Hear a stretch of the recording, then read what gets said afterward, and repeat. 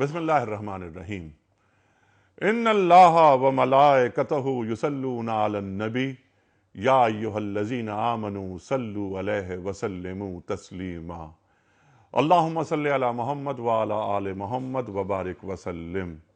محترم خواتین و حضرات، السلام علیکم۔ پیام صبح میں ایک بار پھر خوش آمدید۔ میں ہوں آپ کا میزبان انیق احمد۔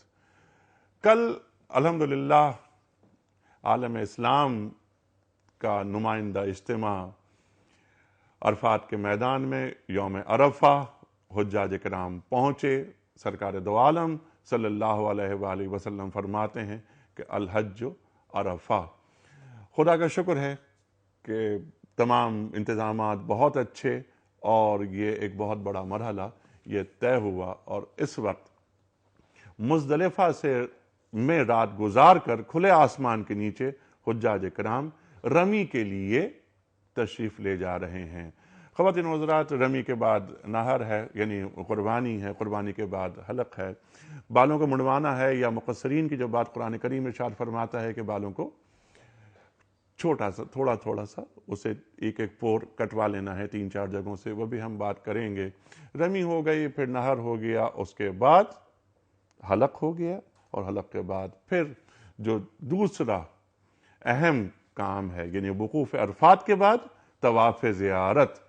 طواف زیارت کے لیے تمام حجاج تشریف لے جائیں گے بیت اللہ شریف، اور یوں حج مکمل ہوگا، اس کے بعد وہ احرام اتار سکیں گے۔ خواتین و حضرات، جہاں بات کل رکی تھی وہیں سے بات آگے لے کے چلیں گے، پھر کچھ نئی باتیں بھی آج ہم لانے کی کوشش کریں گے۔ ہم شروع کریں گے بات عرفات کے بعد مزدلفہ پہ بھی کل بات ہو چکی ہے کہ رمی، یہ جو کنکریاں ہم مار رہے ہیں، یہ جو سنگ باری ہو رہی ہے، یہ کن پر ہو رہی ہے؟ اصل میں یہ علامت کس چیز کی ہے؟ اللہ تعالی ہم سے چاہتا کیا ہے؟ ہم شیطان کو کنکریاں مارتے ہیں، کس شیطان کو؟ اس شیطان کو جو ہمارے اندر ہے، جو ہمارے خون میں گردش کر رہا ہے، یا جو ایک سمبولک، یہ ایک علامتی چیز ہے، اس پہ کنکریاں مار دیں۔ خواتین و حضرات، اس کے بعد یہ کہ قربانی ہے۔ یہ قربانی کس چیز کی ہے؟ چھری کس پہ چلائی جا رہی ہے؟ بال کیوں منڈوائے جا رہے ہیں؟ جب غلام آزاد ہوتا تھا تو اس کے بال منڈوا دیے جاتے تھے۔ حاجی بال منڈوا دیتا ہے کہ دنیا کی غلامی سے میں آزاد ہو گیا، اب میں خود کو اللہ کی غلامی میں دے رہا ہوں۔ طواف زیارت، واپس جانا ہے۔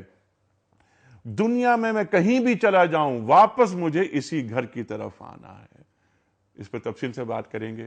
کل خطبہ دیا عرفات میں مفتی صاحب نے، بہت ساری باتیں، اور بہت ایک بات، زبردست بات، ایک بات جس پہ میں چاہتا ہوں کہ بات کریں۔ ہمارے جو عہد کے نمائندہ علماء آج یہاں موجود ہیں کراچی میں اور لاہور میں، مفتی صاحب نے فرمایا کہ والدین تربیت اولاد پر نگاہ رکھیں۔ تربیت اولاد کتنا اہم موضوع ہے، بہت ہم نے باتیں کی ہیں اس پر۔ یا ایھا الذین آمنوا لا تلھکم اموالکم ولا اولادکم عن ذکر اللہ ومن یفعل ذلک فاولئک ھم الخاسرون پر ہم نے بڑے بڑے پروگرام کیے ہیں۔ ہم نے بات کی ہے کہ یا ایھا الذین آمنوا قوا انفسکم واہلیکم نارا، اس پہ بھی ہم نے بات کی ہے۔ مفتی صاحب نے کل بہت اہم بات عرفات کے میدان میں خطبہ دیتے ہوئے کہی، اس پہ بھی ہم بات کریں گے۔ حج کے اغراض کیا ہیں، مقاصد کیا ہیں، کیا ہم کچھ سیاسی فوائد اٹھا سکتے ہیں اس اجتماع سے؟ پوری امت یکجا ہے۔ کیا ہمارے جو حکمران ہیں یا جو ریاستیں OIC کی ممبرز ہیں، کیا ان کا اجلاس ہو سکتا ہے حج کے موقع پر، اور پورے ایک سال کے اہداف طے کیے جا سکتے ہیں، اور پھر اگلے حج پر ان پر ایک نگاہ ڈالی جائے تنقیدی اور تنقیحی کہ جناب والا کتنے اہداف ہم نے مکمل کیے اور کتنے نہیں کیے۔ خواتین و حضرات، ایک ہوتی ہے حکمت عملی اور دوسری چیز ہوتی ہے عملی حکمت۔ کیا ہم عملی حکمت کا مظاہرہ کر رہے ہیں؟ خواتین و حضرات، دعائیں کل بھی مانگی جا رہی ہیں مسلسل، لیکن لگتا یہ ہے کہ حالات حاضرہ کو کئی سال ہو گئے۔ کرنے کے کام کیا ہیں ہمارے؟ جو مفتی نجیب صاحب بات کرتے ہیں اکثر کہ ٹو ڈوز کیا ہیں؟ کیا یہ ضروری ہے کہ عالم اسلام خاص طور پر اپنی ٹریڈ US ڈالر میں کرے؟ کیا اپنی کرنسی نہیں آ جانی چاہیے؟ اور اگر فی الحال کچھ مسائل ہیں تو ہم کیا یورو میں یا اسٹرلنگ پاؤنڈ میں ٹریڈ نہیں کر سکتے؟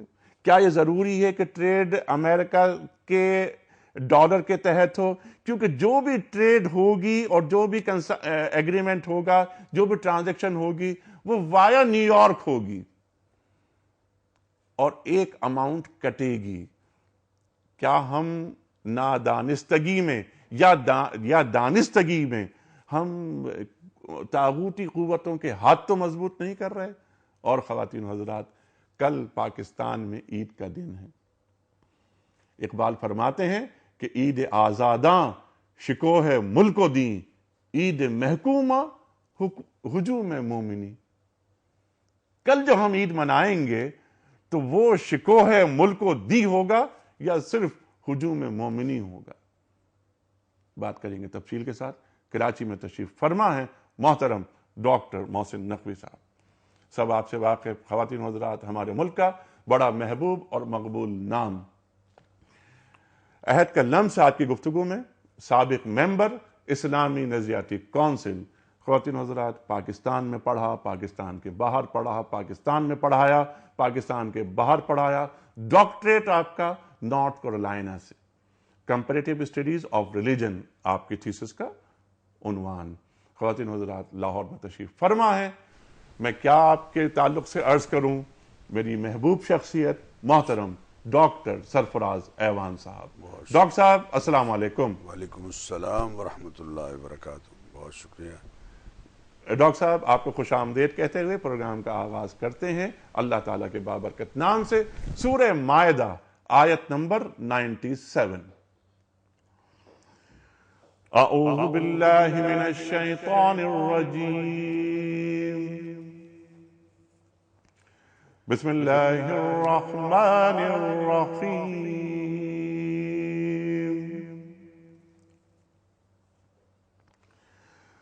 جعل اللہ الکعبۃ البیت الحرام قیاما للناس والشہر الحرام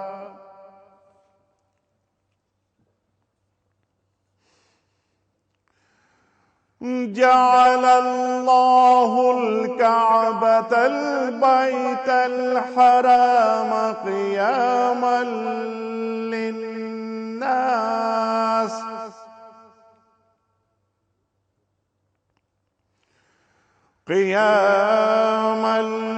للناس والشہر الحرام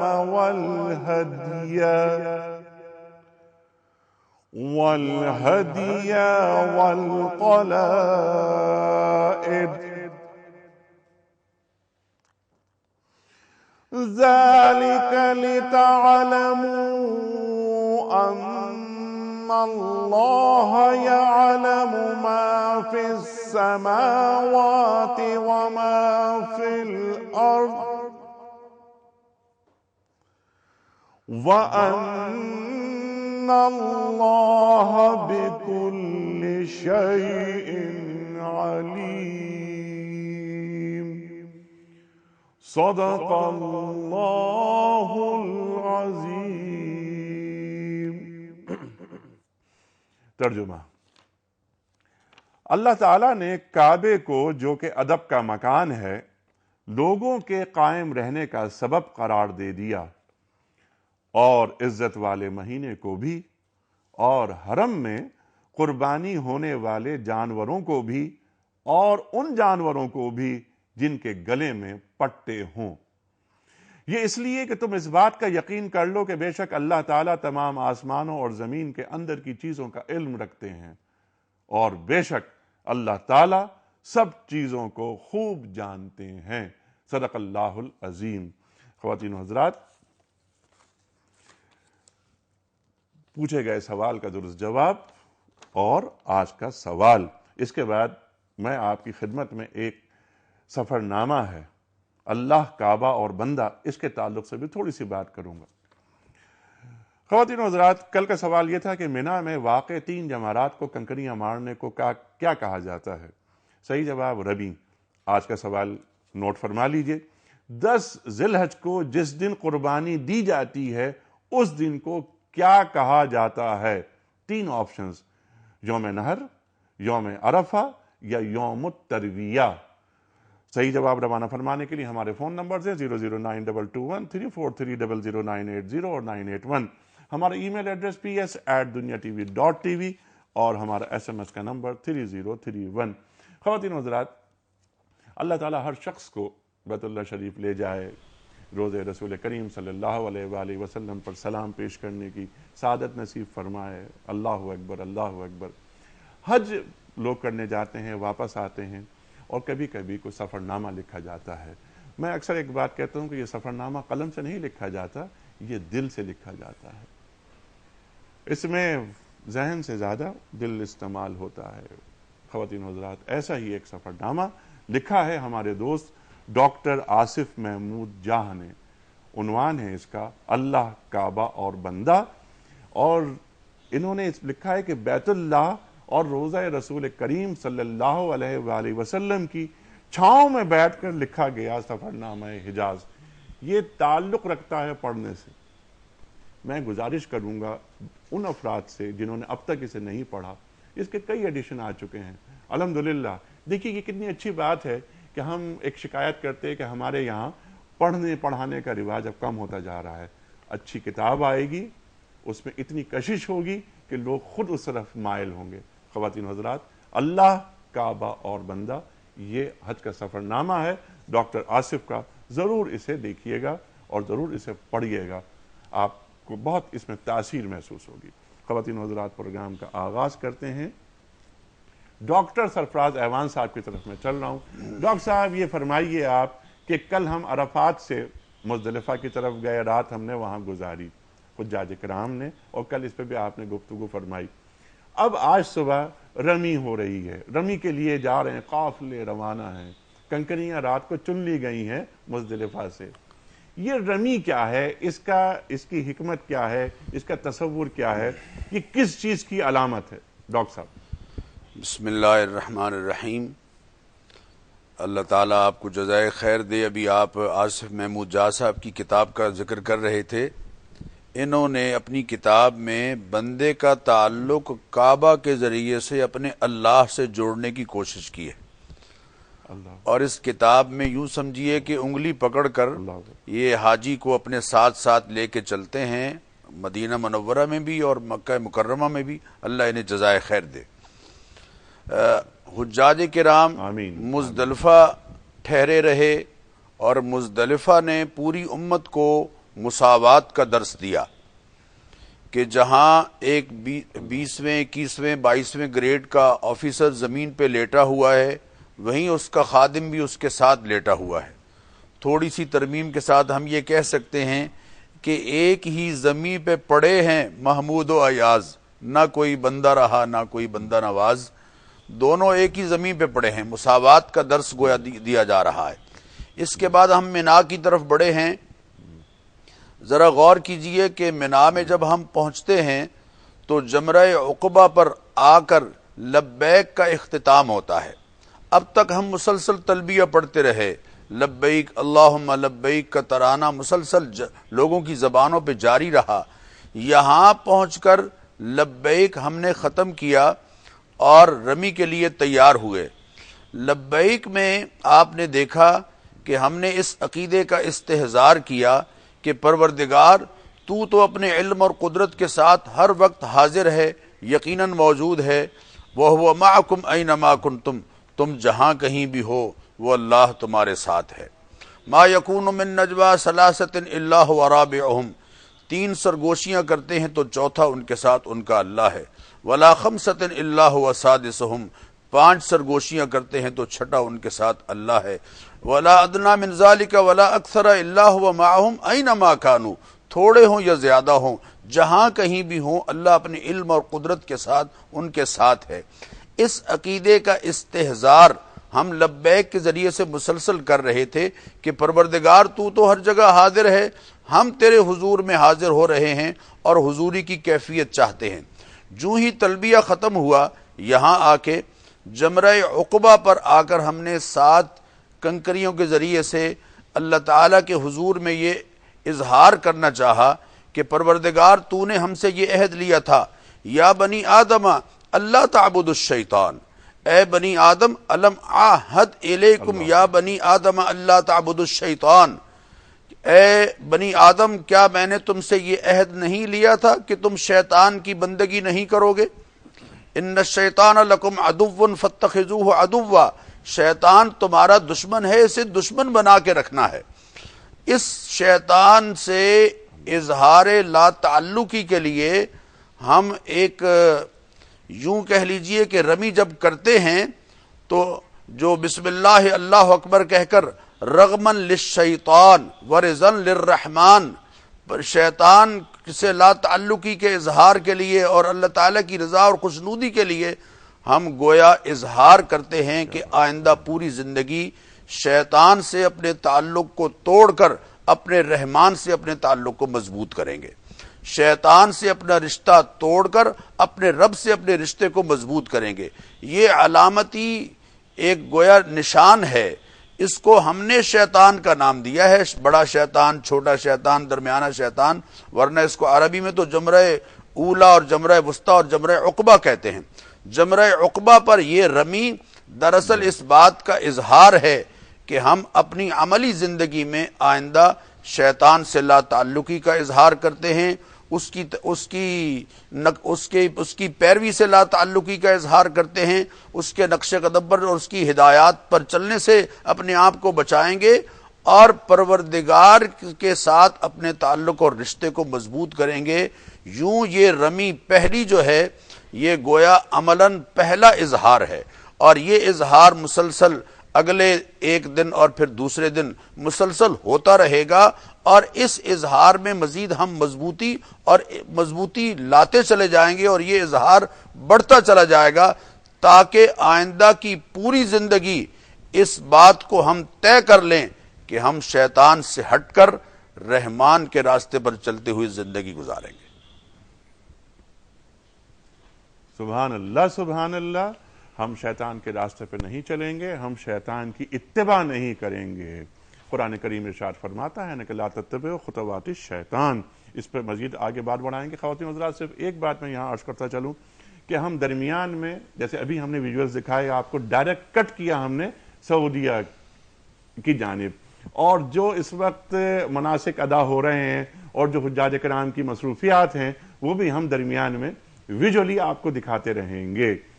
ڈاکٹر سرفراز امان صاحب کی بات کو آگے بڑھاتے ہوئے ہم رمی پہ پہلے بات کر لیتے ہیں۔ ایک تو یہ کہ خون کے ساتھ ساتھ چلتا ہے شیطان ہمارے بدن کے اندر، ان کی خواہشات کی ہم اس کی اتباع کرنے پہ کبھی کبھی آمادہ ہو جاتے ہیں۔ یہ جو رمی، یہ پتھر مارا جا رہا ہے، کنکر مارے جا رہے ہیں، یہ کیا ہے؟ بسم اللہ الرحمن الرحیم۔ ڈاکٹر صاحب نے بڑی اچھی گفتگو فرمائی۔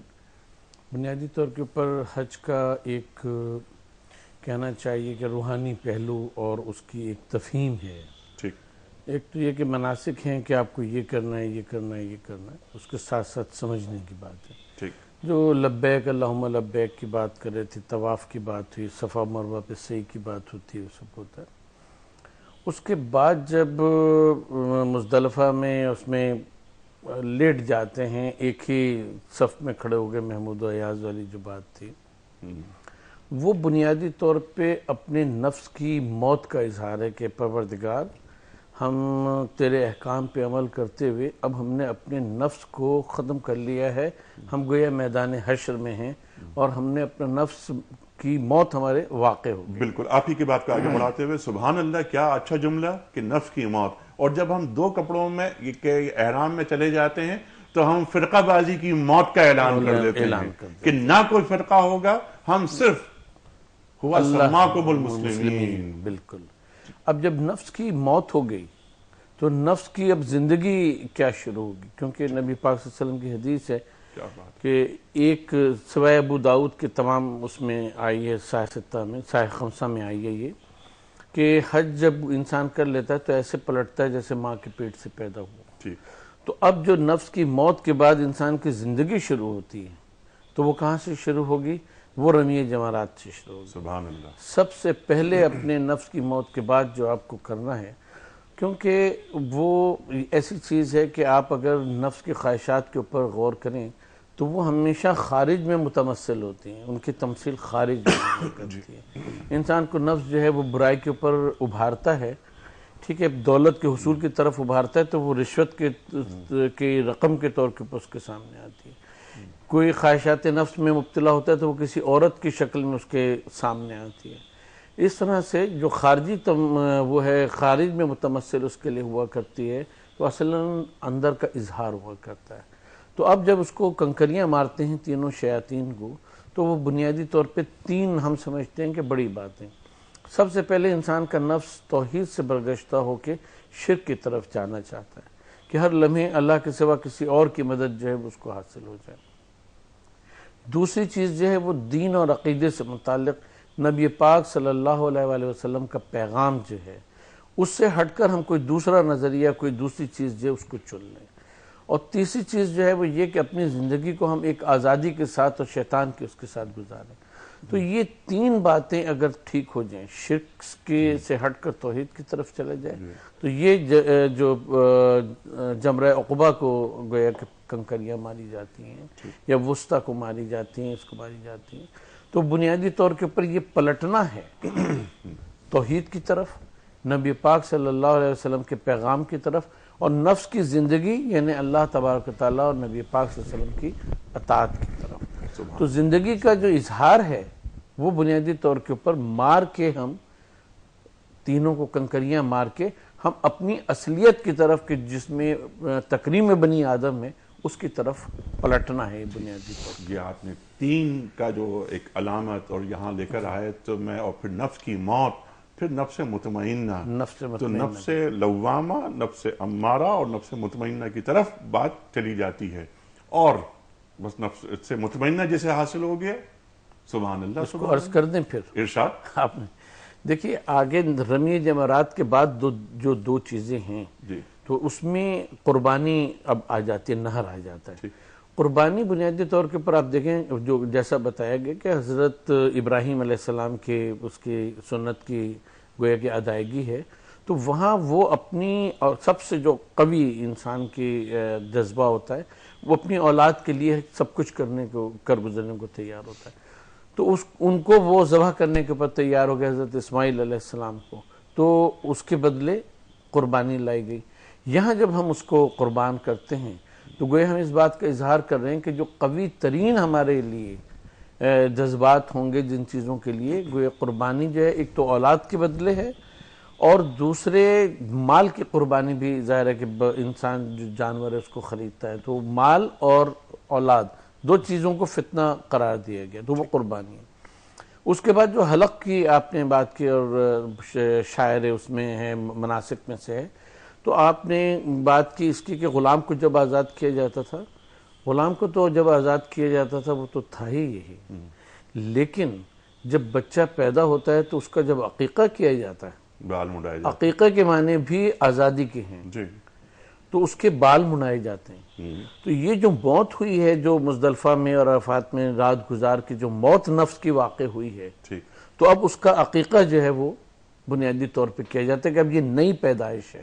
اب ہم جب واپس پلٹیں گے تو نبی پاک صلی اللہ علیہ وسلم کے فرمان کے مطابق بال اترے ہوئے، عقیقہ ہوئے ہوئے، ٹھیک ہے، بالکل ایسے کہ جیسے ماں کے پیٹ سے پیدا ہوئے۔ یہ پوری تمثیل جو ہے وہ نبی پاک صلی اللہ علیہ وسلم نے ایک جملے میں بیان فرمایا۔ بالکل، سبحان اللہ سبحان اللہ، اور پھر واپس طواف زیارت، واپس کہ تمہیں گھوم پھر کے وہیں واپس آنا ہے، یہ مرکز ہے دنیا کا، اور اس مرکز پر اپنی نگاہیں مرکوز رکھو ہمیشہ کے لیے، ہمیشہ کے لیے۔